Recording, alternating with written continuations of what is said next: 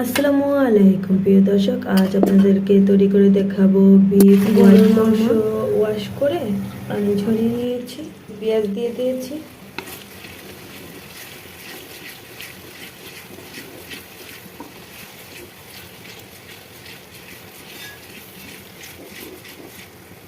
আদা রসুন বাটা,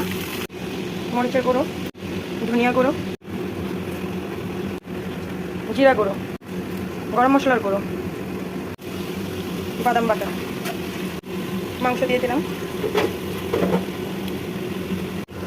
টক দই, লবণ দিয়ে দিলাম,